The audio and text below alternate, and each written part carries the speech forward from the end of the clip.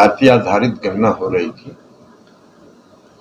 और यह गणना राज्य सरकार करा रही थी। प्रत्येक जाति की गणना हो जाए और उसके साथ साथ राज्य सरकार जो आर्थिक रूप से संपन्न नहीं है, जो आर्थिक रूप से भी पिछड़े हैं, उनकी भी गणना करा रहे हैं। और राज्य सरकार की यह मंशा है कि अगर राज्य का सर्वांगीण विकास होना है, राज्य को प्रगति पर ले जाना है, तो सभी को ध्यान में रख के योजना बनानी पड़ेगी और इसी को ध्यान में रख के राज्य सरकार जाति आधारित गणना करा रही है। भारतीय जनता पार्टी वोट मांगने के लिए तो इस देश के आदरणीय प्रधानमंत्री जी ये कहते हैं कि हम अति पिछड़ा है, हमको वोट दे दीजिए, और जब काम करने का सवाल होता है तो अति पिछड़ा विरोधी हो जाते हैं, गरीब विरोधी हो जाते हैं। तो जब ये जातीय गणना शुरू हुई तो पहला पटना हाई कोर्ट में पीआईएल करवाया भारतीय जनता पार्टी ने पर्दे के पीछे से। जब पटना हाई कोर्ट ने उन सभी याचिकाओं को खारिज कर दिया तो मामला सुप्रीम कोर्ट में गया।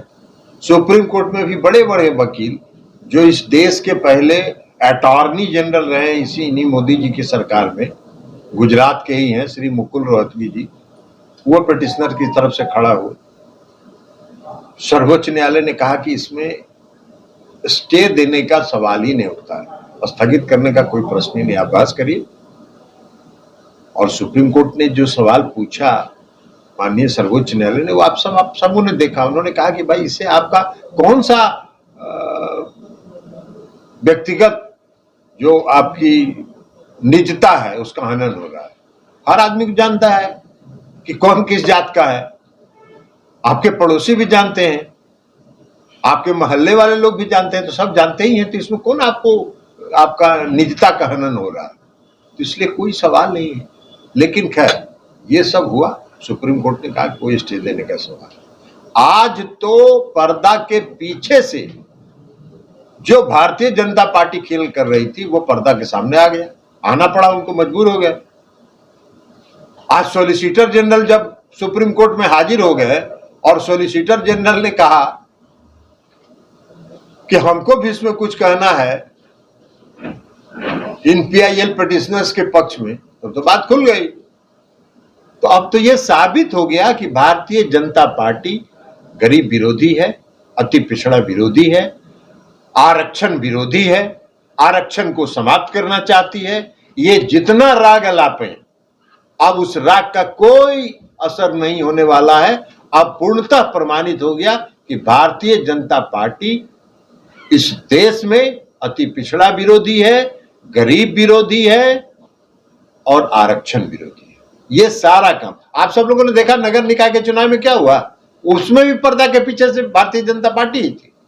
हम लोगों ने उसमें भी आरोप लगाया था कि भारतीय जनता पार्टी पर्दे के पीछे से आरक्षण को समाप्त कराने के लिए हाईकोर्ट में आदेश, और फिर जब उसी हाईकोर्ट से आदेश हो गया और हम लोगों ने कहा और माननीय मुख्यमंत्री जी ने कहा कि बिना अति पिछड़ों को आरक्षण के नगर निकाय का चुनाव नहीं होगा, और हुआ अति पिछड़ों के आरक्षण के साथ नगर निकाय का चुनाव हुआ। उसी तरह जातीय गणना पर हो रहा था।